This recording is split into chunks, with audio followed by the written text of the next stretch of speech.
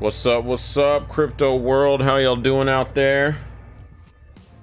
Today on this awesome Tuesday, starting the week off a little bit slow with Bitcoin price action. Not a shocker though. It's been like that for a while. If you don't know, this is No Noise Research. I'm your host, Z-Rex. I'm coming at you live on October 2nd, 2018. A couple interesting headlines I kind of just fanned through earlier. The one broker got served by the SEC and they are done. They closed up shop, so it must have been pretty bad. They didn't even want to play with that. Coinbase and Schwab announced that they joined the board, so that's pretty cool. You know, Charles Schwab manages lots of big old money. And Venezuela's Petro is officially released, and we've talked about that a lot in a few weeks ago. It was kind of tentative to come out any day now, and we were looking at XEM, which is New Economy Movement. They actually built the Petro on top of XEM, and interestingly enough, it is getting a little pop today right here. You can see, not up a lot, but up, you know, starting to get some volume and stuff. So I'm wondering, we were trying to play this for a while on the Petro thing, but it just kind of stalled out. And in one of the videos, when it was just somewhere in this sideways boringness, I ended up closing it out because it was just taking too long. But now it's looking like it might be back in play. Anyway, sorry about that crappy ass internet problem I was having earlier. That was garbage. Sucks too, because it's like, that always happens. My internet messes up when I have like a lot of people join to watch. Of course. Oh well, part of the growing pains, I guess.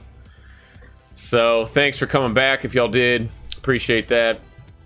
Let's just jump right into this. Let's check out some market movements, as we always like to do. Let's go here, remove some of these garbage coins. And let's just go for the last day. Binance Coin and NEM are at the top here in the last 24 hours. And in the last week, Bitcoin Cash has been a dominant performer. I talk about that all the time, that I think Bitcoin Cash is the new Ripple. And as far as like not XRapid or the new Swift or the tech-wise, but I'm just saying, in sentiment-wise, everybody freaking hates it. It's like, I don't really get why everyone hates Bitcoin Cash so much. It doesn't really make sense to me. You know, there's a lot of room for many projects in this space, as I'm sure y'all are well aware of. There's, I don't know, what, a couple thousand coins now or something, maybe more. But yeah, so I do think Bitcoin Cash is going to have larger percent gains once this market turns around. This one kind of, I guess, has shown a little bit. It's been pretty dominant at over 20% in the last 7 days. Let's go back just to the daily, though, since we've been sideways for most of that time. Yeah, Bitcoin Gold, everyone's favorite. Yeah, and I get it. Most of these coins are garbage that forked off of Bitcoin. Totally. Red, Diamond, Bitcoin God, Hex. I mean, there's like an infinite number of them. But Bitcoin Cash, I do not throw into the mix of those. It actually has a lot more utility, and people are building with it, and it's transacted a lot more than your average Joe, that's for sure. So some decent movers here in the last 24 hours. Let's see about some losers. Ripple and Stellar. are some of the larger losers. I mean, but we're talking just a measly single-digit percentages. That doesn't really matter. Not a big deal. So, shocker, I know, the market's still going sideways, and it's boring as shit right now. We are kind of making a little rounded formation here on the market cap graph, which I'm not a huge fan of. Y'all know, if y'all watch these, rounded formations are not good, especially when they're on the top. And that would be more indicative of rounding. I would call it like a saucer pattern if it was the other way around, like a basing pattern. So that kind of sucks. Let's go to Bitcoin. Go ahead and jump right into it. So Bitcoin is struggling here, and we're finally, as we've been talking about in these last 4 days, the business has been coiling up hardcore between the 21 and the 55 exponential. We're still doing that until today. It looks like it's finally it's attempting to break out of it. It's a little early. We still got an hour left before the daily closes, or is it 2 hours? I think it's 2 hours, I'm sorry, 7 o'clock. So we still got a little bit of time, and if this breaks out of here, you can see this rounded kind of formation also. Let me draw that out.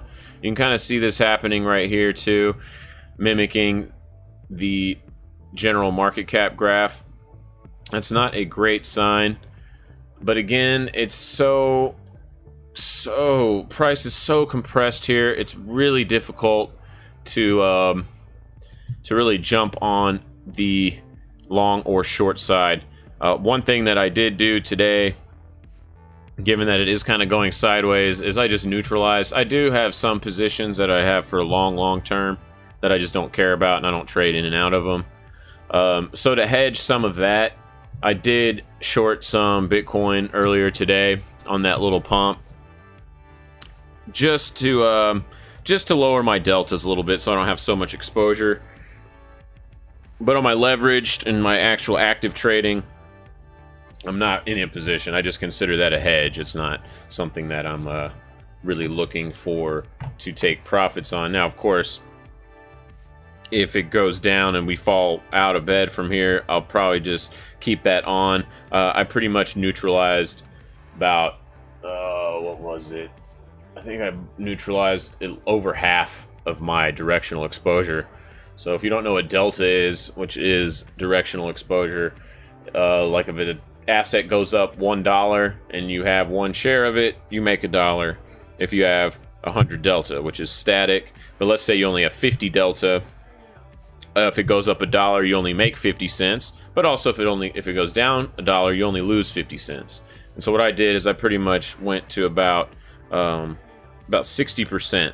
So on the upside, I'm only going to make 40 cents on the dollar, but on the downside, I'm also only going to lose that. And I think it's kind of an appropriate spot to do that here until price kind of breaks out. If this breaks out like we've been talking about for days now, above 66, ultimately 6,900, then yeah, then I will definitely remove most of that. Because you have to think of it as a hedge, not as a trade, even though that's going to show losses in your overall portfolio. You will be up. You just won't be up as much as you would have been, but that's okay. That's the point of a hedge. It helps you sleep a little bit better at night. I highly recommend that you use those. All right, let's go. And you can use BitMEX or Deribit, Bitfinex, all the different, anything you can short with. Or you can go futures too if you have a traditional broker account and quite a bit of money in it, because the margin requirements are very high. You actually need like double the amount, so you need like 2 Bitcoins to trade 1, which is kind of silly. Deribit would probably be my favorite out of those. BitMEX is garbage. It can't even handle like a $200 move in Bitcoin without it saying overloaded, overloaded, overloaded. It's garbage tech. Only handles about 100 transactions per second. It is terrible. I hope BitMEX is not like the next Mt. Gox at some point. That would be pretty devastating for the market. But the way that it's operated, and just, I hadn't been on it in a while, and I recently went back on there just to check it out, and wow, don't even care about it. I'm glad that I have not been trading on it. It sucks ass. Deribit is far superior technologically wise. They have a proprietary index they use, all kinds of cool features, an insurance fund. They can handle over 1,000 transactions per second, and they've stress tested and everything. They seem to be doing a lot more real business. BPMX kind of just didn't have any competition ever, so you know that landscape is ever changing, obviously, right now. Oh my gosh, I'm sorry what I'm trying to do. All right, so let's see if the internals are giving us any kind of sign, since the daily really isn't anything yet until if it does close below this 21 exponential officially on the daily, which we'll know here in a couple hours. That won't be a good sign. Let's go on the 4 hour. Yeah, so this is definitely not good, guys, for bulls. And if you're bearish, this is awesome, but for bulls, this is definitely not good. They are getting into the power zone at the same time while the bulls, the bears are getting into the power zone at the same time while the bulls are going into the weak zone. That is usually not what you want to see if you're long. And that is officially clicked in on this last hourly or 4 hour candle, which is a really interesting looking candle. It's like the skinniest hammer ever. Right here, you can see that. Actually, let me go to big screen real quick. There we go. All right, yeah, so kind of a interesting pattern, but price is now underneath all these moving averages. So 6,600 has become very formidable resistance, so keep that in mind. Let's go look on the hourly, as I talk about a lot on the hourly, using it to kind of get clues. And actually, it gave us a real nice clue over here at about 5 a.m. today. And price also broke below the 21 exponential, confirming that. And since then, it has been showing weakness. Well, that was a pretty good little dump there. What is that? I missed that one earlier. Hell yeah, that was pretty nice. About $100, a little over $100. So yeah, now we've got the hourly showing bearishness and the 4 hour showing bearishness. So do be careful here, because as we've been discussing, this price compression, there is going to be a big ass move coming out of this. I almost want to say the move coming out of this is either going to be like 8-ish K or like 5-ish K. I know that sounds crazy, nobody wants to hear that, but it's when you get pent up action like this for so long, especially in Bitcoin. If you watched the video I made yesterday, I show some oscillators and internals that there's not been a time since Bitcoin's been traded by masses, and I count that pretty much 2012, maybe late 2011, that showed this much type of compression. So it's very interesting to me, and if y'all want to just see that real quick, I'm not going to go into detail about it, but if y'all look at the DMI and how we kind of use it, you can see it's actually been in the battle zone for almost the entire year. I've never seen that before on Bitcoin. The only other times is maybe right here and a little bit right here, but most of not like this, not literally sandwiched perfectly in between here. This is very interesting. Go check out my video yesterday. I go into detail about that, and they are time stamped, so you can just go check that part out, so you don't have to listen to my ass the whole time to find it. Who wants to do that? All right, so we are battling here, trying to get it. We did have some buyers come in on this candle on the hourly, though. They did scoopy. Although, you know, if you've traded Bitcoin a lot, when you get these big wicks and tails, like here and here and here and this big one here, when you get really large ones that are substantially longer than the body of the candle, price generally likes to come back and test those areas. You can see that here, you can see that here, you can see that here. This one, it did not make it. Maybe it will here in a minute. So I have noticed that a lot. Yeah, you can see that here. It is kind of something to take note of. A buddy of mine pointed that out to me a month or so ago, and it has been holding valid. The thing that we're going to be looking for here is the hourly. If the bulls can kind of stay back into the this battle zone and the neutral zone, and then drag the bears back into it. If that can happen, that will probably have to take either price flat from here for the rest of the day, or for price to get back up over the orange exponential, which is a 55 exponential moving average.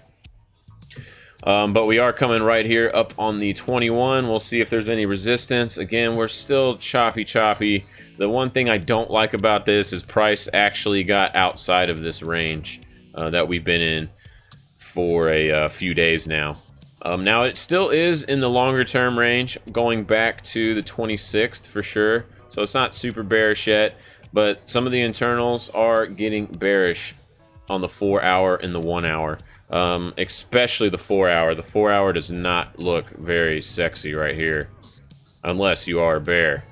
So that's why after I saw that happen earlier today, I went ahead and started hedging some of my long delta, my long-term delta that I have, where I just keep in wallets. I don't care about it until next time. I didn't do that as much as I should have last time, and I learned my lesson. I'm not going to do that for round 2, even if I have to wait another year or two. That's okay. No worries, man. So let's see if Ethereum's giving us any kind of info. Well, not BTC Ethereum. This isn't... Oh, what's his name? This isn't Richard Hart's, you know, cast where he's pumping how he would never do an altcoin, and they're all scams, and now he's making Bitcoin Hex. I don't know if y'all know about this. Talked about it a month ago or so. It's Bitcoin forked onto Ethereum. Yeah, can't make this shit up anymore. It's just too crazy. I like Richard Hart, most of what he has to say. He's a very interesting, kind of weird dude. But what the hell? Hey, whatever. Hey, if he can sell it and make some money off of it, yeah, big deal. I can't say I wouldn't do it if I was him, right? And I don't think any of us could, unless we were there. So volume is starting to roll over here. We did talk about this as possibly being capitulation. It has all the characteristics of it. And we are still above the 618. Very, very much so. If you see, that's about $200. So $200 is like the super floor right now on Ethereum. But it is kind of showing us this little rounded pattern too. And that's not a super healthy pattern. But we are neutral on the daily. On the 4 hour, we didn't get bearish, but Bitcoin is bearish now on the 4 hour. And on the 1 hour, though, Ethereum has gone bearish as of about the same time. A couple hours later this morning, Bitcoin was around 5 a.m. and Ethereum followed up with it at about 7 a.m. So there was, just based off that, if you're scalping, using the hourly, how we talk about on DMI and the 21 exponential, using that for scalping is actually really, really lucrative. You just have to be very aggressive with your management. So just, if you want to try that, you know, you're not, on the hourly, no, you're not looking for big ass moves, because that's just not really going to happen on the hourly. You're going to get chopped up a lot. If you want to do big moves, you need to look at larger time frames, like minimum 4 hour.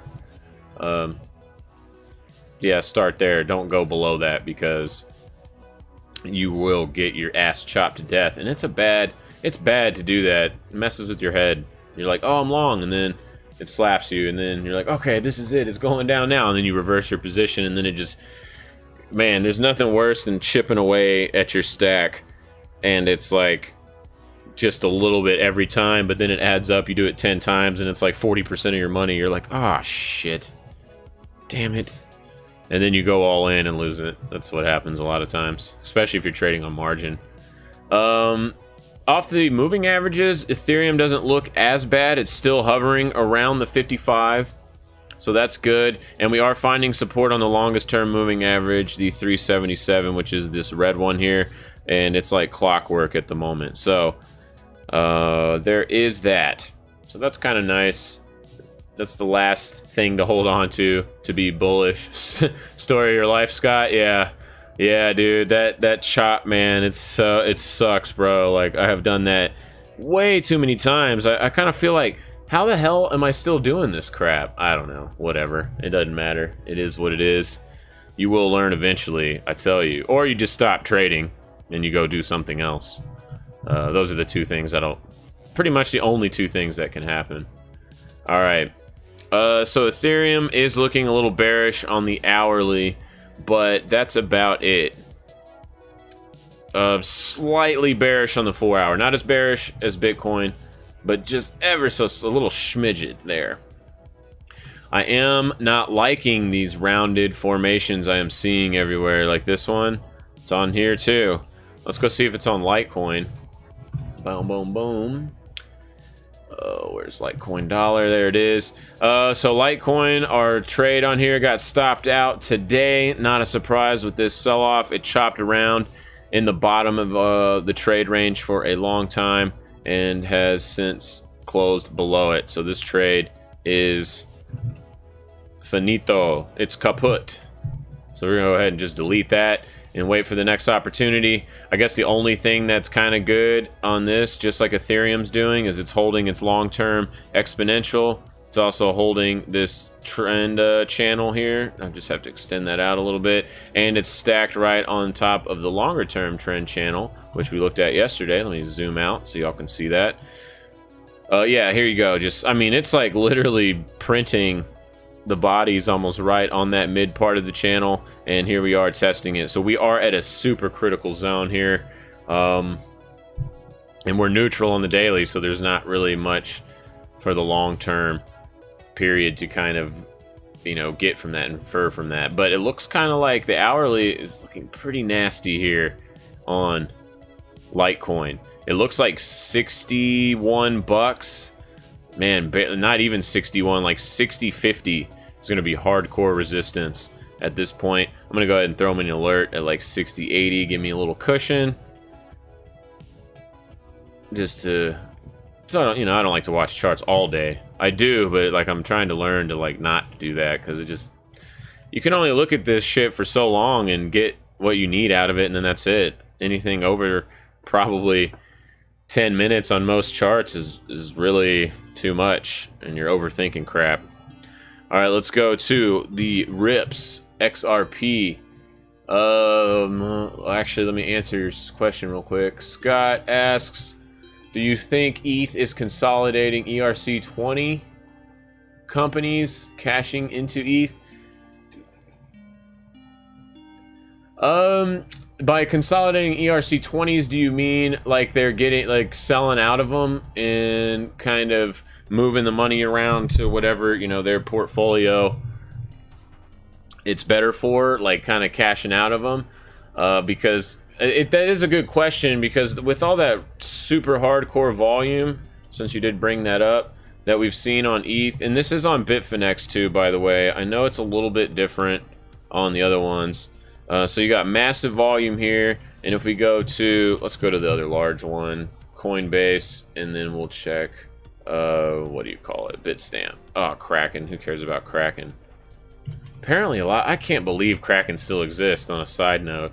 Bitstamp, yeah, it's not record on Bitstamp, so you could be correct about that, Scott. A lot of guys might have consolidated ERC20s into specifically Bitfinex, and did a lot of business and kind of cashed out, possibly into ETH, but they also could have just moved it into ETH to get out too, on all this volume. It is something, I wish some of you guys that know how to do this, I wish that there was a consolidated volume chart where you could put in a ticker with the price from maybe just one feed, or an average of 3 of them or something, or whichever ones are in that basket, and then add all those volumes up so we can see it collectively. That would be extremely valuable. If anybody out there wants to build that, that would be greatly appreciated. Not just by myself, but the general community, that's for sure. But I do think that part of it is that they are consolidating a lot of those ERC20s. Gosh, those things have just got murdered. But you know what? They're still coming out. You can go to IDEX and Fork Delta and all this crap. I mean, they're still moving 30, 40, 100% all the time. It's pretty funny. I am a firm believer that given what this space has done, the blockchain space, I don't think ICOs will ever stop. I think it's going to go forever now, just because it's too damn easy. You know, it's like GoFundMe or crowdfunding. Everybody has started funding their own shit, even though it could be anything. Like, I've seen stuff, I want to buy a new bandana for my dog, you know, GoFundMe or whatever. So I just don't think that ICOs are ever going to go away, because how easy it is to raise capital. It's just too easy, and that's on the broad spectrum, even if you're a legitimate business or a scammer, right? Both ways. It's just really easy to do. Data Bitcoinity.com. Oh, awesome. Okay, I have looked at Bitcoinity before. I guess it's been a hot minute though. I'm gonna go ahead and pull that up real quick. And so Scott, you're telling me that aggregates all of every single major exchange, or what exactly is that? Can you like pick the ones? All right, I got that pulled up right here. Let's see here. Oh, I see what you're saying. Okay, yeah, so it looks like it's breaking down all these in a bar chart. So, okay, so that's pretty sweet. Awesome. Oh, of course someone had already did it, right? Although, why the hell does it show like this on a 2-year? That doesn't look correct. Let's do it on a monthly. 6 months, 5-year monthly. Gosh, maybe that is right. Is this how many people just like... I don't know. This looks crazy to me. This is confusing. I'm going to have to look into that a little bit more. But thank you for the link there, Mr. Scott. Appreciate that. They have a VIX. Check the combined order book. China volume got shut down. Oh, yeah, all that real Chinese volume, right? Yeah, and it's only for Bitcoin. Ah, see, okay, so that sucks. So someone does need to build this for multiple coins. That'd be extremely valuable, at least for like the top 10 or something to start with. I don't know, maybe we can talk to some of our peeps, Scott, and see if they can do that. Yeah, that's right, real, in big air quotes. Soon I'll have a camera, and y'all be able to see me do stuff like that. They had money velocity of like 10 on BTC trading. Okay. And yeah, the VIX is pretty cool. I know Deribit has a VIX too. Let's go ahead and just check out that volatility, see if it's showing how it's just falling off a cliff. It is. There you go. And something interesting today, Tasty Trade is an awesome finance network for options and equity trading. If y'all don't know about them, y'all should definitely go check out that. Or if you just want to learn about options, they're super awesome and it's free. And they do a show every day, like 8 hours a day. It's really cool. But at the end of the day, they talk about Bitcoin and they offer Bitcoin on their trading platform. And they said something today where they're like, man, the S&P and like stocks are almost more volatile than Bitcoin has been lately. And it's really funny because they don't mention Bitcoin often. But when they do, it's usually right before large moves, and that's to the upside or the downside.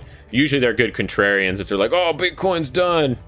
You know, it's usually you want to play the opposite side of that. But this one, they said it was like neutral, and they were comparing how the vol sucks. And they're like, man, the S&P is better right now. You know, and of course that's an exaggeration for sure if you compared it, but I totally get what he's saying, and I'm sure some people out there, I know some friends have gone back to trading biotech stocks and equities because they're bored with crypto, which is hilarious to me because there's still 5 to 10% moves like daily on crypto, but I guess that's boring now. It's not, you know, 80%. Get that shit out of here, I guess is what most people are saying. So that's kind of funny. All right, let's go back to the ripples here. What's up, Transfix? How you doing? Yeah, you're the man right there. He knows. That's one of my buddies. That's been doing that. Yeah, if you want me to look at any tickers here in a minute, please do throw those in the chat. I'm gonna go here to XRP and a few coins real quick. XRP kind of selling off a little bit, not too bad. I guess that's a good chunk percentage-wise. It's almost like 10% here. Still bullish on the daily, though. Let's see on the 4-hour. went neutral on the 4-hour finally. So we've been watching Ripple a lot. And the other day we talked about, you know, maybe this is just some distribution before they pull it down again.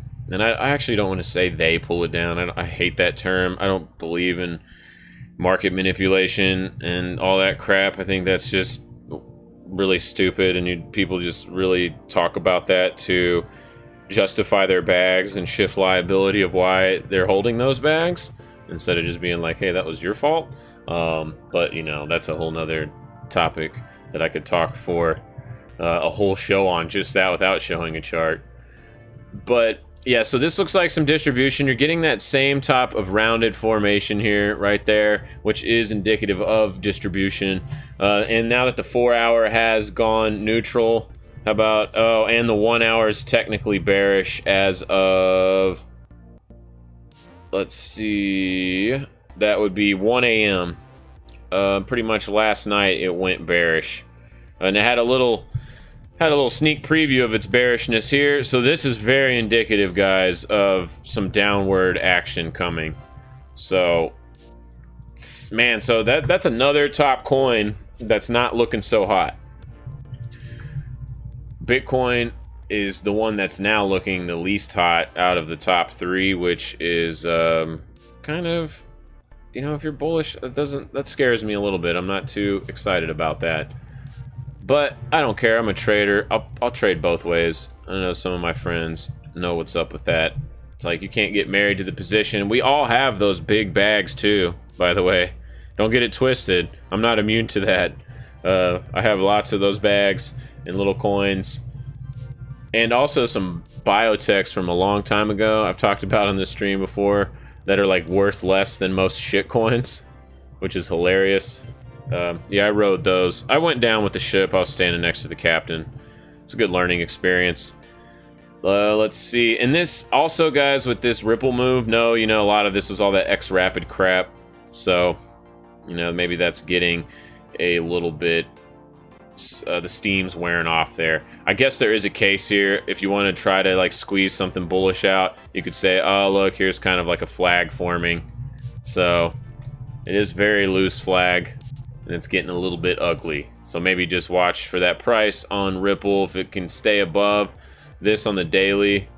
Oh, crap. Let me delete these. If it can stay above this 50-cent level, it doesn't get super bearish until it breaks that. But it looks like we're going down to test it at minimum. All right, let's go to Bitcoin Cash. Everybody's favorite coin. The Lord and Savior coin from Bitcoin Jesus himself, finding resistance still at the 55 daily moving average. It's been doing that all the way since back in May, early June. So not a great look. Nice volume right here though, but we're not out of the woodworks yet. This is nice. This looks like a better flag than Ripple's kind of flag right here, just barely. Although the patterns, like I've talked about earlier, patterns and oscillators, when you get such sideways motion in the general market, are kind of noisy as hell. And it's better just to look at price. And right now, you know, that's panning out here pretty well, like 510 and 570 is pretty much this range. I'm gonna go actually ahead and put a alert, or in alert, sorry, speak correctly here. Put that on there, and I'm also going to go ahead and put one on this lower side. I'm going to go a little bit lower. I'm going to go to like 5 hundo, just because I like to give myself a little bit of a cushion. I do have some Bitcoin Cash. One thing that I have noticed in an altcoin portfolio that I have, and I've had all these positions on for over a month now, and it's pretty funny. It's almost dead flat, and it consists of Binance token, Litecoin, Bitcoin Cash, Ethereum Classic, and Monero. And Ethereum Classic's the highest weighted one in that. And that portfolio has been dead freaking flat, like during all of this move in September. It was down like maybe 5% at the worst, but mostly just freaking flat. It's been really funny.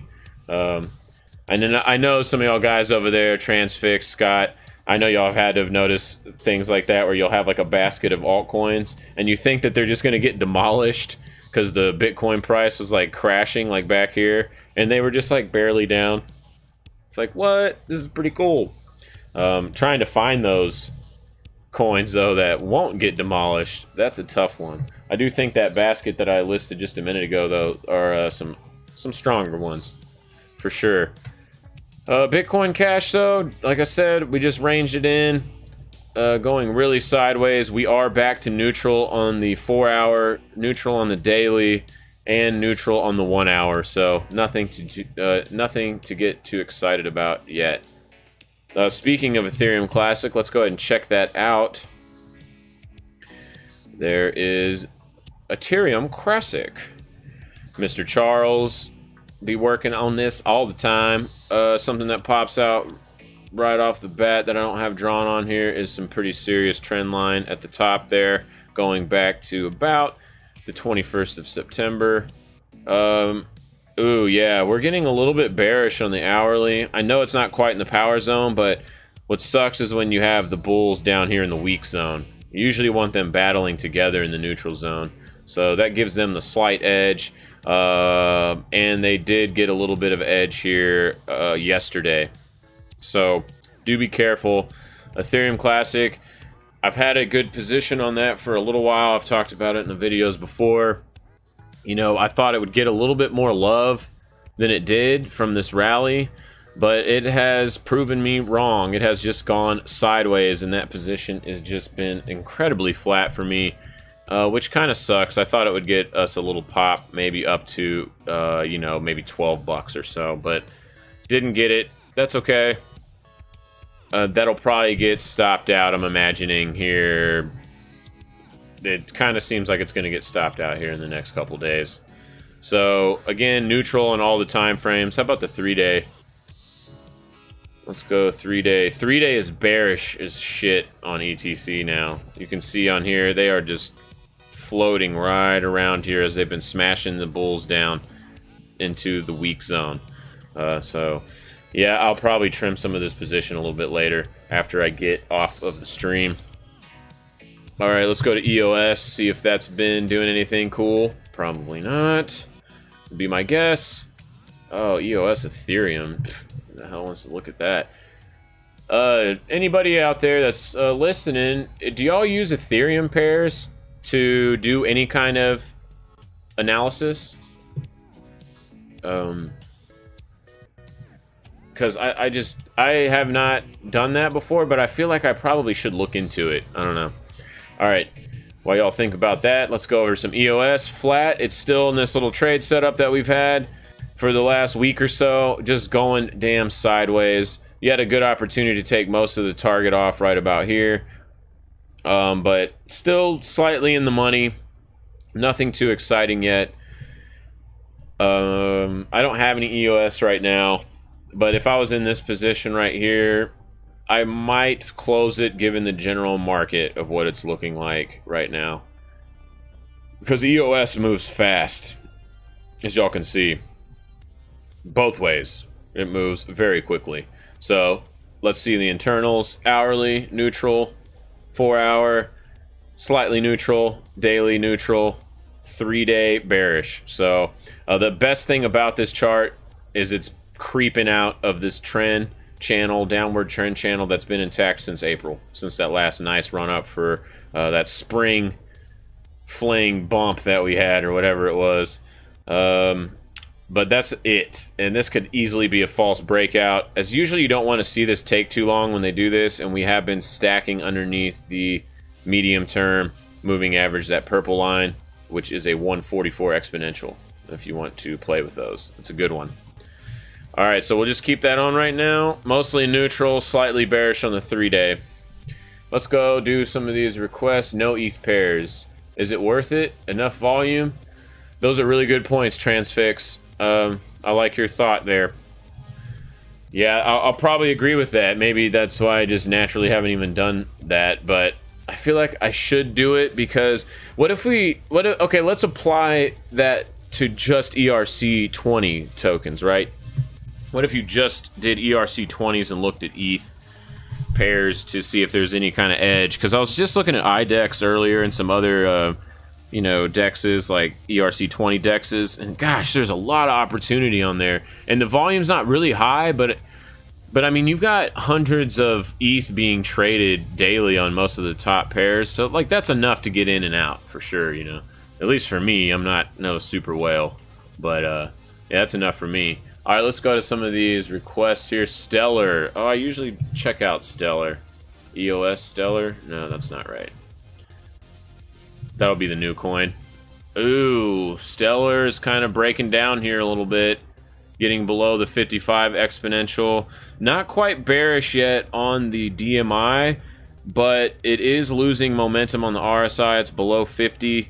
And you have the bulls going into the weak zone. So that is not the best sign. I'd imagine on the hourly it's bearish. Yeah, look at that, guys. It got bearish around the same time as everything else did this morning. Looks like early this morning was a good sign that we were going to show some weakness today in the general market, crypto market that is. And yeah, it had some decent follow through here, down about a penny. And they are really weak. Bears are in full control on the hourly, and they're about to get control on the 4 hour. On the daily, the bulls are about to lose control. So, but that's not going to happen until we break this 21 exponential, which sits at about 24 cents. So like one more penny away. Still, yeah, I'd be pretty cautious on XLM here. It looks a little bit scary. But if you're long in this, I wouldn't get shook out of this unless we broke below like 23.5 to 25, like depending where your entry is, right? Hopefully you didn't buy in this candle or in this cluster here. That probably sucked if you did. So let's see here. LTC, the Litecoin. You probably just missed that transfix. Showing up late, bro. Gosh. Yeah, we talked about it a lot, how it's stacking up. We're making a little channel here. We're right at the bottom of it. The daily has been riding on the middle of the longer term channel, which is intact all the way to December and the huge rally. But you can see it attempted to break the 55 daily exponential, got rejected, and now we're just sandwiched in between 21 and 55, as we've been on most coins for a hot minute. A model chart, but any hope? Yeah, I'll check that out in a minute. Yeah, I don't really like Litecoin is kind of looking just like Bitcoin here, showing a little bit of bearishness, and on the hourly the bulls are in the weak zone. So it's kind of the same story across the top pair coins right now, so do be cautious of that. Right now I'm leaning a little bit more bearish than I was the last few days. All right, let's go to the DOGE Shiba Master. Dang. So, I don't know if we could get more sideways. This has almost been sideways for, shit, what is that, 2 weeks? Not a super surprise. This does appear to be, let's look at it on the daily, hold on. We're still ratcheting up the 21 exponential, as you can see here. Our resistance is getting printed lower and lower and lower, though. So that's not a great sign. The momentum is definitely waning. And now the bulls have lost that momentum here. You can see, what is that? They are back in the neutral zone, which isn't the best. But the bears are in the weak zone, so it's not quite bearish yet. How about the 4 hour? Wow. Okay, so the 4 hour, and this is probably just because price has been so compressed, but you usually do not see this oscillator down here together at the same time, below in the weak forgotten zone. So this is Doge is going to be a good play if you like to short some Doge. I think you can do that on Polo. I believe is the only one I know of you can do that on. But whatever this breaks out here, like above 95 or below 83, let's say 80. Let's do 80 and 95. It's probably going to move real fast, and I kind of would like to I'm probably gonna lean a little bit bearish on Doge. Gosh, I hate looking at Doge. It looks so robot-y. Like on an hour, I love looking at Doge. Sorry, I didn't say that right. I hate looking at Doge on the hourly. It's just so bot traded. Let's see here. Trying to see if there's any kind of divergent stuff. No, not really. You actually did make some more higher momentum on all the oscillators from this last run, but we are below it. Let's go back a little bit more. Let's do a 3-day. Forgot, because Doge, you can do that. It's been around for a long time. Yeah, so Doge is kind of interesting here. You know, Doge is scary. Like, I would not be getting long here, I'll tell you that much. It's just, you know, because the floor falls out. Y'all have traded Doge a lot. I know some of y'all asking these questions for sure. So this, it looks okay, but man, below that 80 level, the floor is going to get dropped out of this mofo and probably come down to, I would guess, about 70, like 65, 70. It could easily flash crash to there. I actually would like, it would be pretty attractive if it can go to the 60s and kind of stall out there a little bit. Of course, that is if Mama Bear Bitcoin wants to pick up the pace a little. I think everything's riding on that. You know, most coins are not pumping too hard at the moment. So it is bullish on the 3-day. It is neutral on the daily. Weak. This is weird. I usually never say this. Extremely weak on both ends on the 4-hour. And also on the hourly, it's the same. So just wait for that move to come out of this if you want to play it to the short or long side. I would be very skeptical regardless of getting long on this up here. It's just in this upper range. Your risk to reward kind of sucks. All right. Let's see. AKER stock. What is that? Must be some biotech. Oh, yep. Biosciences. Holy moly. Had a huge pop today, or the last couple days, it looks like. Yep. Were you trading in this one there, buddy? Mr. Trans? I don't know. Did that offend you? Was that your right pronoun? I'm sorry. Yeah, wow, that's a nice looking chart, dude. Oh, man, I think you even told me something about this. Because even on the oscillators, let me put in the horizontals real fast. Yeah, even on the oscillators, you had a nice long signal in this little cluster right here. So, very nice. If you're in that still, do be wary that we are here on the 144 daily, which usually provides pretty serious resistance. Let's look back in the chart. Yeah, you've got it here. You've got it here. You've got it here. Kind of a little fake out here, but yeah, it has been pretty formidable for a while, even back in here, here, and all through here. And then ultimately, obviously, the longer term red exponential, the 377 is going to be a target, but man, that's pretty far away. That's almost like 100% gain from here. Yeah, he did mention it last week. You're right, Scott. Nice call on that, Mr. Transfix. Beautiful job. If I had this trade, if I was in it, I would probably be taking out 75% of it off the table. This is just a really good move. You got DMI is up here too in the 40s, which is traditionally really high. That means the momentum is, I don't want to say exhausted, but it's excited. Here you can see, if we compare it to the last time it kind of spiked to that level, or close to, it consolidated and still had, you know, that follow through up to that target where we're looking at here, about 75. So that's definitely possible. But don't forget, you always can buy back in, you know. You can take off that profits here, take half of it off maybe, and then if it comes down and consolidates on this 55 just like this did, I would look for something very similar to this to keep in that other position or portion that I didn't close. But on biotechs, something that volatile, and I'm not sure why this happened, if it was because of trials or some BS, I don't know what they do, but if it was kind of some hype like that, you know, that is kind of dangerous. And one thing on candle formation, you do have a spinning top right here, right at resistance. Now it did close above it, but still spinning tops right around resistance. Yeah, I'm definitely taking some money off the table there. All right, let's go ODE. I don't know what that is. Is that a crypto, I guess? Yeah, it looks like it is. ODE dollar. I don't know anything about this one. It's a ugly ass chart, only been around since April. Maybe there's some more data. Let me go look real quick. Oh no, it's all Bitfinex. What is ODE, Scott? Oh, let's look. I guess it's all going to be kind of the same. Gosh, it looks even worse on the Bitcoin pair. So let's just look at it on the dollar. Man, there is not really anything. Oh, you work there. Okay, okay.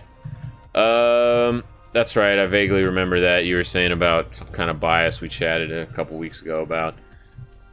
Oh, shilling. That's what we were talking about. Yeah. Odom doesn't look very hot at all, man. I don't like this chart. There's nothing on this chart that I like for a bullish case. Like at all. Very bearish on the 3-day, very bearish on the daily. Neutral on the 4-hour, so you got that.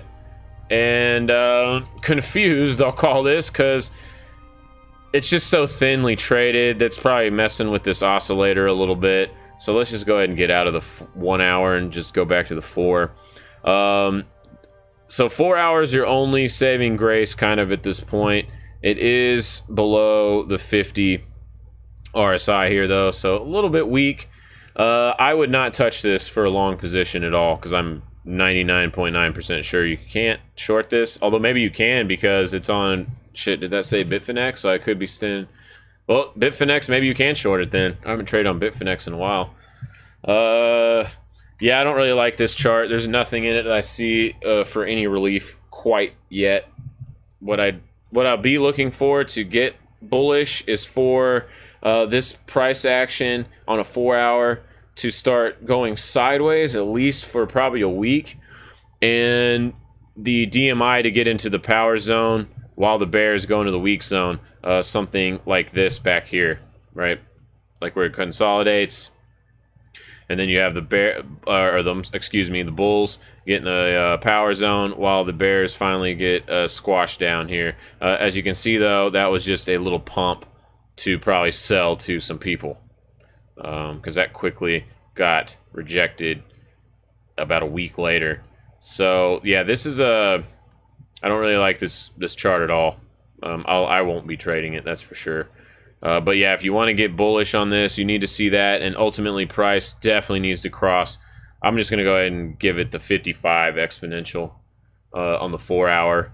And I mean, you're so far away from it. Yeah, there could be like some relief bounces here, but I mean, that's pure gambling in my opinion at this point. Oh, okay. Nice trends. Nice trends. Let's see, what was I about to look at? I was gonna, shit, I forgot what it was. Oh yeah, STEEM. I want to look at STEEM it. Good old STEEM, baby. We put a little trade on here the other day. It's getting slightly tested, you know, barely, about a couple percent. You're very welcome, Scott. It is getting a little bit bearish. Not a surprise. Everything's been getting rejected on the daily 55 so far, across the board. It seems like on most coins. So we're still pretty bearish overall in the overall markets. Let's see. Let me go back to this 4-hour. 4-hour is extremely neutral weak. Usually don't see that. And hourly is still very neutral. So STEEM is just incredibly neutral right now. It had a nice pop the other day up to about $1, and it has been running up pretty nice. I don't know. Can't really do anything. This trade's still there, stopping out on this one at about 77 cents roughly. So nothing really new on this on the replacement to Reddit, maybe? No, probably not, but whatever. Let's see here. What are we doing? BPMX, huh? What do they do, Transfix? biopharmicscorporation.com. Man, you're pulling shit out the gutter, aren't you? I'm always curious what you do to go look for these damn things, man. Maybe you can come on the show one day and we can talk about it or something. Interesting. This is an interesting chart here. You got some stacked up moving averages here. You do have the bulls are trying to hang on the DMI, about to get weak, but they are at the cusp. They could easily bounce from here. A lot of times that does happen, even if it's temporary. You can look at something back over here when it got close to it and popped. You also can look at something back here where it got a little fake out weak and then ended up rallying incredibly hard. But 4 hour, okay, 4 hours actually bullish. 1 hour is in this weird, they're both in the power zone, so either side could come out the gates real strong on this one. I'm not sure what the hell they do, but off of a chart, I probably couldn't get long on this until it broke 22 cents to the upside. If you already played this one, Trans, that's a pretty good move there to the upside, especially if you were back over here in August or even very, very early September. Yeah, like I said, I'm not sure. Maybe you're playing like an announcement, possibly like a phase trial or some shit like that. But yeah, other than that, I'm not really seeing too much bullishness in there quite yet, especially now that on the 4 hour we're closing below the 55 exponential. So do be careful about that. All right, let's go to equities, just general equities. Here's the S&P 500. Still ratcheting up this 21 exponential like clockwork. It's been working. There is going to be a time where this doesn't work. I imagine it's probably going to come up here in the next couple of weeks as elections are November 6th. I'm sure there's going to be some kind of headline or some bullshit that's like, oh, Trump this, Democrats that, you know, politics this, sell the market off. You know, that's pretty much news. But yeah, you can see it's been riding this up. I have been getting long on all these pullbacks on the daily 21 exponential because if it ain't broke, don't fix it, y'all, right?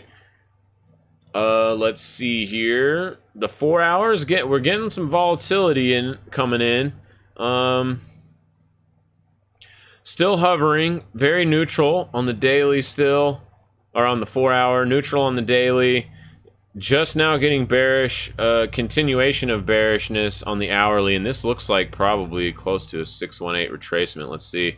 Yeah, a little bit over, clustered right over the 618, and it did get rejected. So ultimately, this happens a lot. You do get rejections when the first attempt on the 618 from a pullback like this, and a lot of times they will come to the 38 and bounce off of that. So this will get real bearish on equities if we on the S&P 500, I should specify, below 29.25.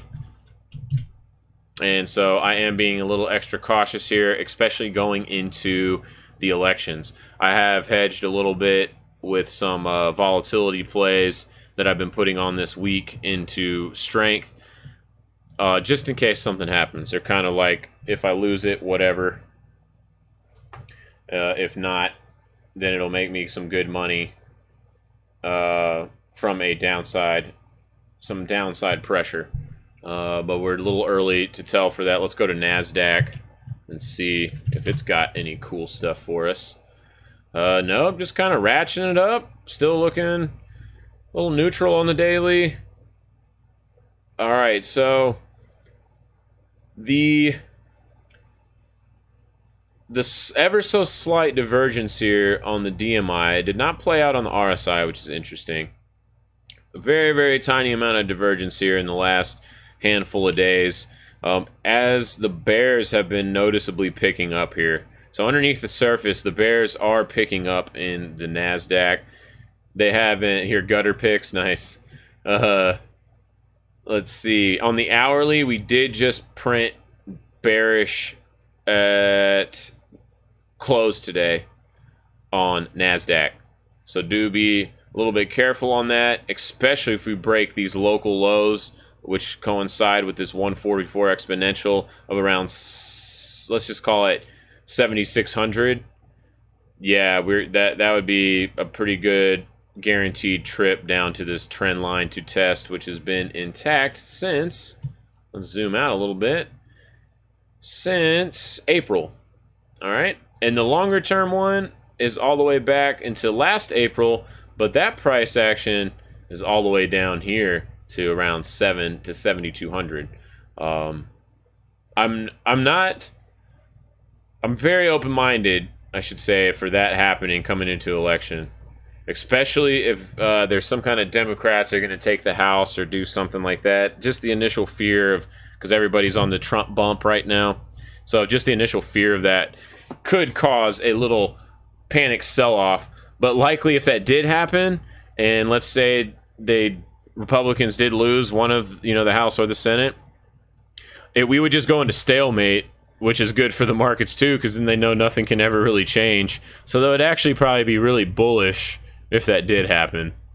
That's just kind of my 2 cents on there. Let's go look at the Dow Jones.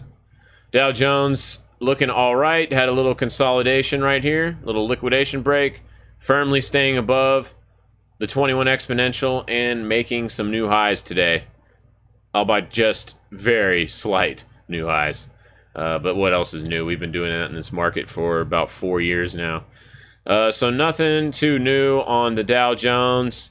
Still looks bullish on the 4 hour, bullish on the 1 hour, and bullish on the daily. And as y'all know, all of the indices look extremely bullish, except for the Russell on the longer time frames. And speaking of that, since it is maybe a canary, let's go check it out. The Russell has had no love. It has been getting mollywopped since like pretty much beginning of September. It can't really find any bids, and we are coming to test the 144 exponential right here.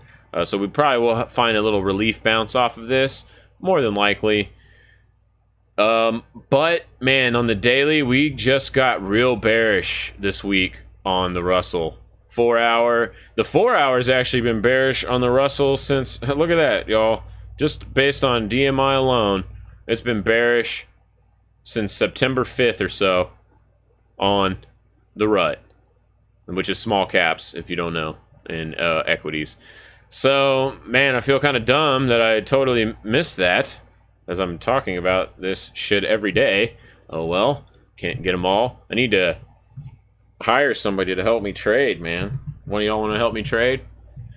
I can show you some more detailed things of what I'm looking for, and you can fan through some things for me. That'd be great. Yeah, if you want to, just hit me up on Telegram or the 800 different damn chat apps that exist now. Oh, and the original one, if y'all forgot about it. A cell phone. A text. What? Let's see here. Let's go to oil. As y'all know, we like to look at oil. Oil has been on a tear.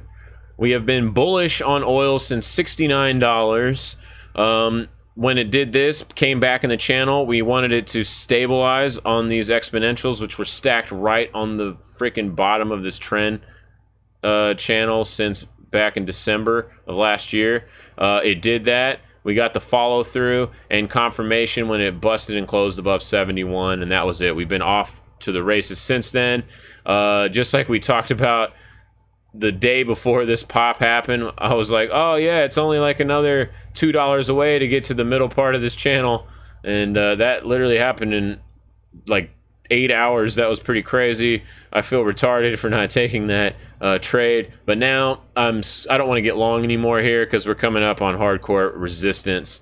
But on the daily though, we still look very bullish. On the 4 hour, we're still bullish, finding some resistance here. Y'all can see the dotted, oh wait, why is that? Oh, auto's off. Y'all can see that we're starting to print resistance from the blue dots here, which is a triple exponential. We're starting to print some resistance on this newly forming candle. That is not confirmed yet, but it is starting to print right alongside with this trend line in the middle of this channel, so that's interesting. On the hourly, probably the most interesting thing is we've finally gotten back to neutral. We are hovering around the 21, so it's prices being, you know, magnetized around this level for now, but the 4-hour hasn't confirmed the downside yet. We'll need at least another tomorrow, if it's going to, we'll see that. If markets roll over, I would bet that oil rolls over with them. Is kind of what I'm thinking. So this is like neutral on the hourly and bullish for daily, 4-hour, daily, and 3-day. So there is that, and do be careful here being short oil because it can rip faces off, right? If you go back here when the 3-day started getting some momentum, that shit went from $54 to $65 with no downticks pretty much. So that hurts. That's really, unless you're in long and you're not trading like the ranges, you know, this is brutal there. Not like this where you got nice sine wave action going through here the whole time, right? Yeah, these are those face rippers, and oil loves to do that. All right, so oil still looking fairly bullish, although we are coming up on very hardcore resistance here. So not a place to take a long, that's for sure. Let's go to gold. Gold looks real good. Yesterday we talked about GDX making an inverted head and shoulders, which I'll go show y'all in a minute. I'm not sure why this happened. Y'all know I don't care about news. I just read charts. We had some nice consolidation here. The consolidation was actually also on a 618. It found support right at the 618 here. Came and tested the 38, and that works the same when I discussed 618 and 38. Those are the most important fib numbers in my opinion. And you can see it came back to test that and then stabilized over that and then tested one more time on the shakeout and then rallied real hard. That is very textbook. That happens a lot with Fibonacci, which is why I also like these exponentials, because it's kind of like they're Fibonacci based a little bit, not quite the same, but yeah, that way you don't have to keep drawing the damn lines all the time, right? That little Fibonacci chart. But yeah, as you can see here though, you got that nice test and just kind of took off from there. It had a very nice day today, up about, what is that? Damn, almost $20 run in gold, which is huge for gold. I know it doesn't seem that much on a $1,200 underlying, but that is very large for gold. And let's see on the hourly, it gave a little smidget of strength right here on this, and then it ultimately was like on this big engulfing candle was like, oh yeah, this is for real. And it actually ended up coming and closing above the longest term moving average 377. So that was a good trade. Let me go show you that GDX trade idea that we had yesterday. Where is it? Boom. I guess I took off the head and shoulders pattern that I drew. Let me just redraw it. So we were drawing something kind of like this, and it wasn't the prettiest one, but the patterns that aren't very pretty are usually the best ones because not everyone sees them, right? So I was kind of drawing something along these lines, right? A little head and shoulders action. And you have a 618 target is right here at about the $20 level. So that was kind of like, that's kind of like my longer term target. I've been selling put spreads and getting a little bit of long delta on this downward move just for a pop. I still am bearish in metals overall, but just for a little pop, because this was a big ass move, y'all. This was like really extended and kind of like drawn out. And you can see even with DMI, this initial drop has been pretty much consolidated and gone back to neutral after all of this. And this is what I talk about all the time, is a confluence of indicators. You have a pattern right here, which I'm not a huge pattern guy, but when they pop up and then they also stack up with your indicators showing that this kind of is exhausted, then you have lots of conviction for a very high probability trade. And so we were just talking about possibly getting long on some GDX. Now today, would you want to do that when it popped up 50, 60 cents. Maybe, maybe not. GDX does like to move. As I've been discussing, though, over this time, I was selling put spreads and getting long delta in some of these sell-offs. I would wait for like a good sell-off day to do that and try to take advantage of it. So that has been playing out fairly well. And one of my friends, too, I showed him this chart, and he said, "That's hilarious. What the hell are you thinking?" And I told him, "Oh, okay. Well, now that's even extra conviction on a different indicator, right? That he thinks that's totally outlandish and that couldn't happen." And I told him, "Hey, thanks, man. That's extra confirmation for me." And then, like, this happened the next day. It was pretty hilarious. But yeah, I still think hourly's bullish now. And actually, on the 4-hour GDX, I didn't notice this before, but it's actually been bullish since it broke back above 18 on September 17th. So, man, I need to add GDX to the regular regimen of tickers to look at. All right. Y'all got any questions out there? Anything? Tickers you want me to peep at before I kind of wrap this up? Let's see. Yeah, I'm shocked that GDX had that move, and I missed this part right here. Wow, I would have been going a little bit heavier because I've been waiting. We talked about back here getting confirmation on the DMI, which we got. So I'm saying out there, get some. Y'all want to help me trade? Hell, and I will compensate too. So I'm not trying to get it for free. Work doesn't come for free, man. When moon? Yeah, there are many moons. The when moon is such a crypto Twitter question there, Scott. What the hell, man? When moon, and you might be joking, I don't know, since there's no tone in text. I think that, let's go ahead and just go back to the BTC chart with some final thoughts here. And I don't know, man. It's so hard. Everyone is getting so pissed off with this sideways action. We are all used to 20 to 80% to 1,000,000% moves every few days. We're not getting those. People like Transfix have gone back to trading biotechs to get some of that volatility, which is really funny. So we have to be close. I think that this winter, mostly this October, is going to show us what the rest of, I think, the next 6 months has for us. Because I don't know if y'all watched the show yesterday or the day before, I did what I was calling the October surprise. And October is a very interesting month for Bitcoin. It's a very volatile month, too. Actually, I'll just go ahead and pull up that chart just in case maybe you didn't see it. Let me see here. Where is it at? It's not that one. It's not that one. I got too many damn charts here. Is it the long term?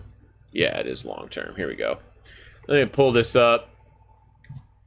Yeah, 4K would be an awesome bottom. All right, so this is just some price analysis that I've been doing, over time on Bitcoin. And mostly what I want to focus here on this here, though, is the October surprises and the Q4 performance. And so the October surprises, what I did was I just measured the range, the percent range from high to low on each October. And as you can see, every single October, look at these moves, y'all. I mean, this is pretty insane. I mean, you're talking a 65% range, 27%, 143, 35, 43, 19, and 56%. So October, and that's what I'm calling October surprises. Also, that fits well with elections coming up, right? That's, I think, where that came from, is like a stupid election, dumb term, whatever. That's not really what it's for. It was just more surprises for Bitcoin, because look at these moves. This is pretty intense. And here's the Q4 performance rounded up to the nearest percentage, a whole percentage point. And you can see October's crazy as hell. And then look at the performances at Q4. Every year except for 2014 was up. Now I know 2011 was barely up. And let me go ahead and show y'all 2011 because it is definitely worth seeing. And that's why it's barely up. Here's the measurement from it. It's actually only about 0.5%. You can see just in October alone, Bitcoin crashed 65%. But then all of that got brought back up, and it closed pretty much flat for the fourth quarter. Pretty interesting. I'm just going to go ahead and scroll through this since we're doing it. So you have that big-ass move, right? Let's go to the next October. Next October here, you have about a 27% drawdown. But then it was followed by a massive run-up, right? It's almost like October is kind of like the fear shakeout month a lot of times, even if there's follow-through. So you have a big dump in October that lasted pretty much the whole month. All right, let's go to October in 13. All right, and this one's really interesting. I have this arrow on it for the longer term. You probably can't see this wick. Let me move this over. So there's this wick. Look at that, y'all. And this is on a 3-day chart, okay? These are 3-day candles. So you can see this hammer candle just in the first 3 days of October dropped. Let me measure just that drop. About 32% just in the first 3 days of October, and then continued to rip everyone's face off for a big 500% gain for Q4. Pretty wild. I'm not saying that's going to happen. I'm just comparing and showing y'all some of the past price action for October. And even if it is bullish later in Q4, October is still very violent. Let's go to 2014, October. Scrolly scroll. All right, so here you go. Here is October, and it happened in the beginning of the month too here and stabilized before rolling over more. And this is the worst performing fourth quarter for Bitcoin, which is 2014. I'm sure y'all all know about that one. Spooky skeletons, right? 35% down in the very beginning of October. This one had a little pump, but it just went sideways, never broke out of it in the whole range of October, and then rolled over hardcore into the beginning of the year. And then y'all know what happened in 2015. We literally went sideways for the entire damn year, around 250-ish. And made everybody just forget that Bitcoin even existed. I remember that. I was almost one of those people until the summer, and I just kept seeing it go sideways, and I was like, oh, wait, I need to start buying some more now. This is it. And then ultimately, when this breakout happened, you know, that was really good confirmation. But anyway, back to what I was talking about, Octobers. So October in 15 and 16 just came out the gates. There was no big sell-offs. You can see right here is the first 3-day candle of October, and it just came straight out the gate and went up 43% roughly. Same kind of thing happened in 16, came right out the gate, no downside pressure, rolled right up to about a 60% gain. And then if we scroll over here to 17, same deal. Since we were in a full-fledged bull market, same thing, no downside, and just rocketed up another 240%. And so now here we come, right here, beginning. Here's the first candle of October. What is it going to do? I don't know. But I think just having some of that context to check out and keep in mind that October, from what I've found, is one of the more volatile months in Bitcoin, and it's usually in the beginning of October. So that's pretty interesting.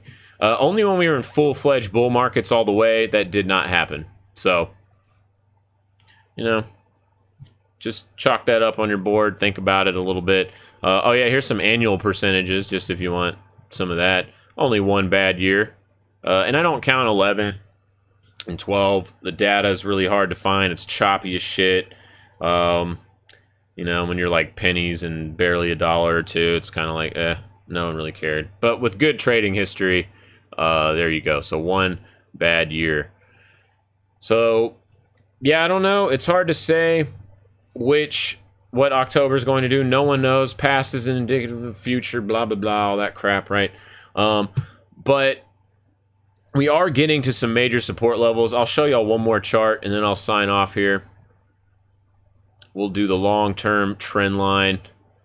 Where are you? I can read good, I swear. There it is. Yeah, I agree with you, Scott. I would love to see, I'll pull up a chart here in a minute that it would be, it's my dream scenario, which means it probably won't happen. But anyway, here's a lifetime channel of Bitcoin, and I got the data over here and tried to piece it together as well as I could, because it's, like I said just a second ago, it's really hard to get data, and it starts in about 2010. And as you can see, it's been riding in this channel the whole damn time. You know, one could argue like maybe Bitcoin's just very volatile and it never even broke. Maybe it's never even been in a bear market. I don't know. I know that sounds super crazy, but you know, traditionally a bear market definition is 20% drawdown within 2 months. But you know, that's for equities in traditional markets. That doesn't really have anything to do with a new asset class like crypto that has insane amounts of volatility. But yeah, also here on this note that I have this bubble, look at this volume just dropping off this entire year like a freaking cliff. Nothing. Whenever volume steps back in, that's going to confirm whichever direction we keep going, probably for a while. And I know everybody thinks this is 2013, 14. I'm not quite convinced of that yet.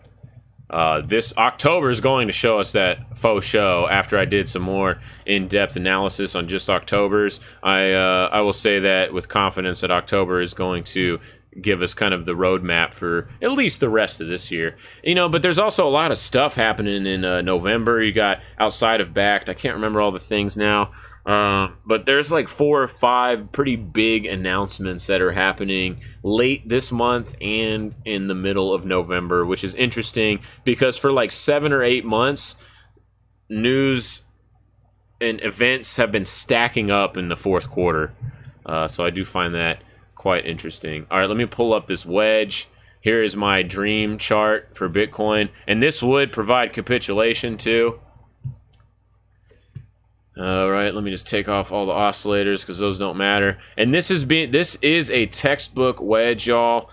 This is almost it's going a little longer. That's the only thing that's out of its norm. It's going a little bit longer than normal wedges do.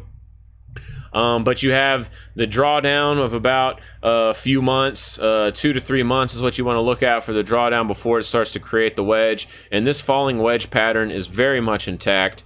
I would love to see, this is, like I said, my dream kind of scenario, which of course means probably won't happen. But this is very textbook wedge formation, and if this happens right here, this would be the perfect, or any kind of variation of this.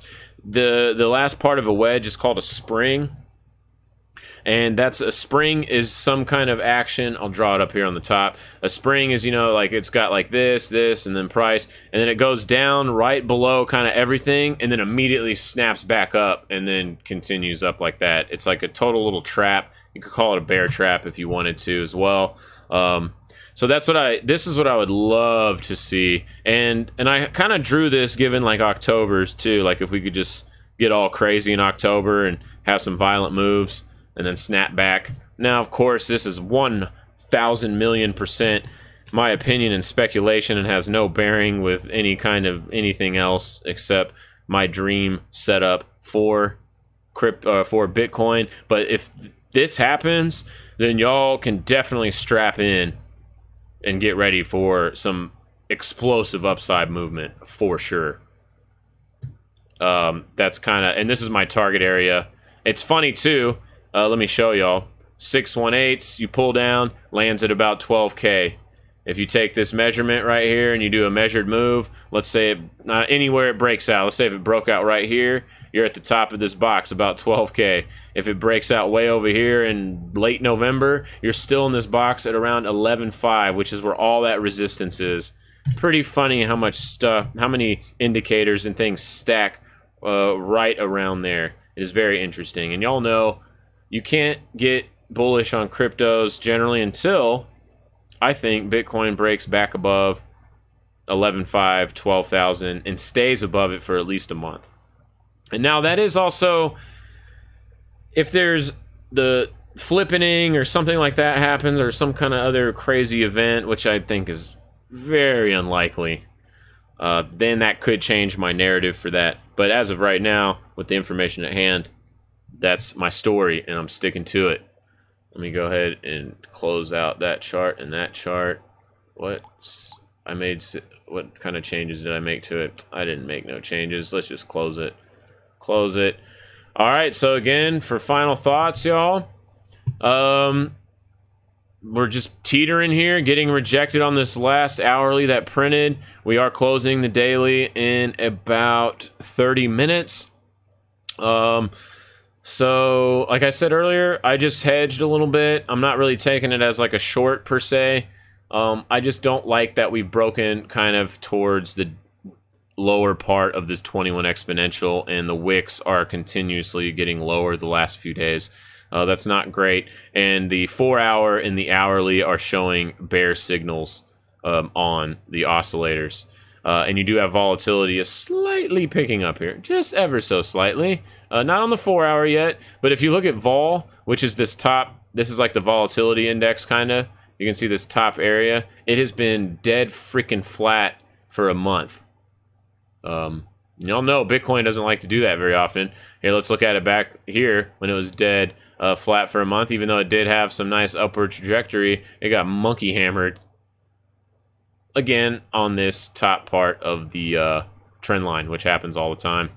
And we're so damn close to it. And it's also stacked with the longest term moving exponential here. So there is hardcore resistance between 68 and 6,900.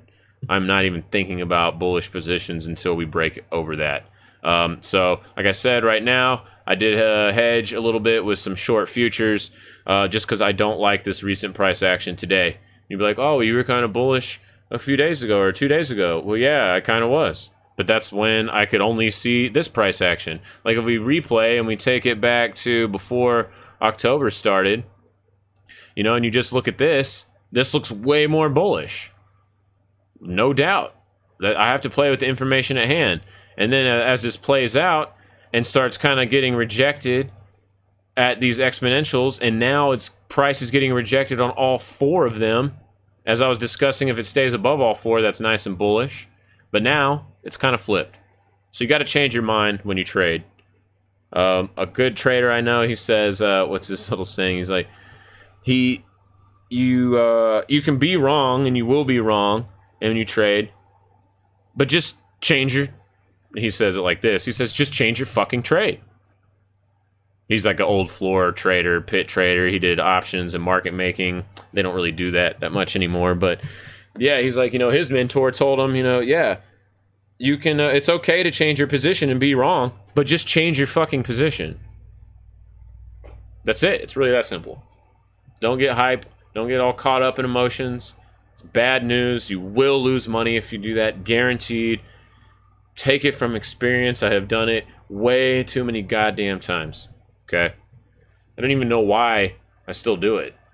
I do it occasionally, but I've gotten way better. Now I just do it like way less and like a lot smaller amounts of money. But also with the risk reward thing we talk about, like this, using this tool, man, use it. It's good.